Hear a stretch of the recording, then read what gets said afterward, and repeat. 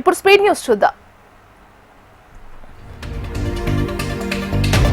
ఆసిఫాబాద్ జిల్లాలో మంత్రి జూపల్లి కృష్ణారావు ఆధ్వర్యంలో నిర్వహించిన సమావేశంలో జేబు దొంగలు హల్చల్ చేశారు. సభకు పెద్ద సంఖ్యలో ప్రజలు హాజరైన నేపథ్యంలో దొంగలు అవకాశంగా తీసుకుని పలువురి జేబుల్లోని నగదును అపహరించినట్లు బాధితులు ఆరోపిస్తున్నారు. అప్రమత్తమైన బాధితులు ఆ అనుమానితుడిని పట్టుకుని పోలీసులకు అప్పగించారు. ఘటనపై పోలీసులు కేసు నమోదు చేసి విచారణ చేపట్టారు. మార్కాపురం జిల్లా మార్కాపురంలోని సాంఘిక సంక్షేమ బాలికల వసతి గృహాన్ని ఎమ్మెల్యే నారాయణ రెడ్డి, కలెక్టర్ విజయ సునీత ఆకస్మిక తనిఖీలు చేశారు. విద్యార్థినులు ఎదుర్కొంటున్న సమస్యలు కలెక్టర్ను కలిసివేశాయి. వసతి గృహంలోని గదులు, వంటశాల, భోజనశాల, పారిశుద్ధ్య నిర్వహణతో పాటు విద్యార్థులకు అందుతున్న సౌకర్యాలను క్షుణ్ణంగా పరిశీలించారు. మెనూ ప్రకారం భోజనం అందడం లేదని విద్యార్థులు నేరుగా కలెక్టర్ దృష్టికి తీసుకెళ్లారు. కలెక్టర్ తీవ్ర అసంతృప్తి వ్యక్తం చేస్తూ హాస్టల్ వార్డును మందలించారు. విజయనగరం జిల్లాలో డిజిటలైజేషన్ ప్రక్రియ ముమ్మరంగా జరుగుతోందని, ఇప్పటి వరకు 85% పూర్తయిందని జిల్లా కలెక్టర్ రామసుందర్ రెడ్డి తెలిపారు. అర్హత ఉన్న ప్రతి ఒక్కరికి ఓటు హక్కు కల్పించడం, డూప్లికేట్ ఓట్లను నివారించడం, ఖచ్చితమైన ఓటర్ల జాబితాను రూపొందించడమే లక్ష్యంగా సర్ ప్రక్రియను నిర్వహించడం జరుగుతోందని చెప్పారు.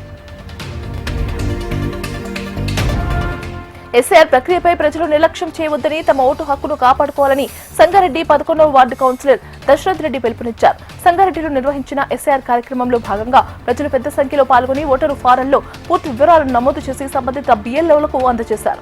ఓటు హక్కు ప్రతి ఒక్కరి బాధ్యత అని, మన ఓటు హక్కును కాపాడుకోవాల్సిన బాధ్యత మనపైనే ఉందన్నారు. రైతులు వర్షదేవుడి కరుణ కోసం కర్నూలు జిల్లా బోడబండలో కప్పలకు వెళ్లి నిర్వహించారు. వర్షాలు ఆలస్యం కావడంతో ఆందోళన చెందిన రైతులు గ్రామీణ సంప్రదాయం ప్రకారం 2 కప్పలకు పూలదండలు వేసి మంగళసూత్రం కట్టి వివాహం జరిపించారు. అనంతరం గ్రామమంతా ఊరేగింపుగా తీసుకెళ్లి వర్షదేవుడిని ప్రార్థించారు.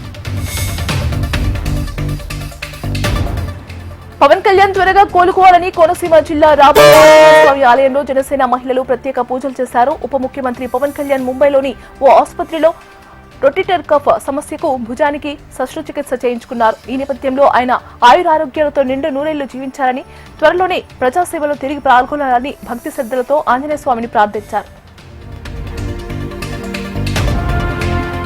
కోనసీమ జిల్లా మలికీపురం సకినేటిపల్లి మండలాల పరిధిలోని ఆక్వా రైతులు ముఖాముఖి కార్యక్రమం నిర్వహించారు. కార్యక్రమంలో సిపిఐ రాష్ట్ర ప్రధాన కార్యదర్శి గుజ్జల ఈశ్వరయ్య పాల్గొన్నారు. ఆక్వా రైతులను తక్షణమే ఆదుకోవాలని ఆయన డిమాండ్ చేశారు. రాష్ట్రంలోని ఆక్వా రైతులు అపూర్వమైన ఆర్థిక సంక్షోభాన్ని ఎదుర్కొంటున్న నేపథ్యంలో వారు క్రాప్ హాలిడే ప్రకటించే దుస్థితి ఏర్పడకముందే ప్రభుత్వం చర్యలు చేపట్టాలని కోరారు.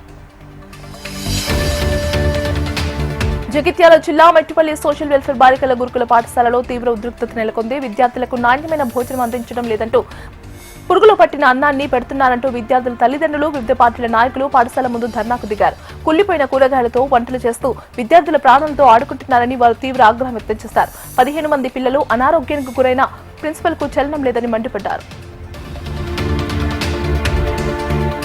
విద్యార్థుల ఫీజుల బకాయిలు చెల్లించాలని, జీవో నెంబర్ 9 రద్దు చేసి పాత విధానం కొనసాగించాలని జూలై 14న హైదరాబాద్ లో సత్యాగ్రహ దీక్ష చేపట్టనున్నట్లు రాజ్యసభ సభ్యుడు కృష్ణయ్య తెలిపారు. హైదరాబాద్ విద్యానగర్లోని బీసీ భవన్ లో ఆయన సమావేశం ఏర్పాటు చేశారు. విద్యార్థుల దగ్గర అడ్మిషన్ల సమయంలో ఫీజులు వసూలు చేస్తున్నారని మండిపడ్డారు.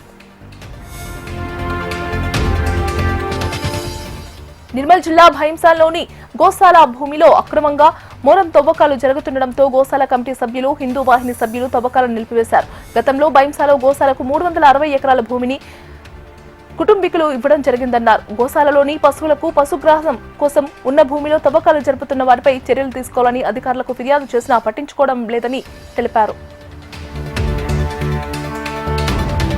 చెన్నై సెంట్రల్ విజయవాడ మధ్య తిరిగే పినాకిని ఎక్స్ప్రెస్ లో మంటలు చెలరేగాయి. చెన్నై సెంట్రల్ నుంచి బయలుదేరిన పినాకిని ఎక్స్ప్రెస్ నెల్లూరు స్టేషన్ దాటి కొడవలూరుకు వెళ్లే లోపు రైల్లోని 6D భోగిలో పొగలు వచ్చాయి. దీంతో భోగిలోని ప్రయాణికులు ఆందోళనకు గురయ్యారు. వెంటనే అప్రమత్తమైన రైల్వే అధికారులు పొగలకు గల కారణాలను ఆరా తీశారు. పెను ప్రమాదం తప్పడంతో ప్రయాణికులు ఊపిరి పీల్చుకున్నారు.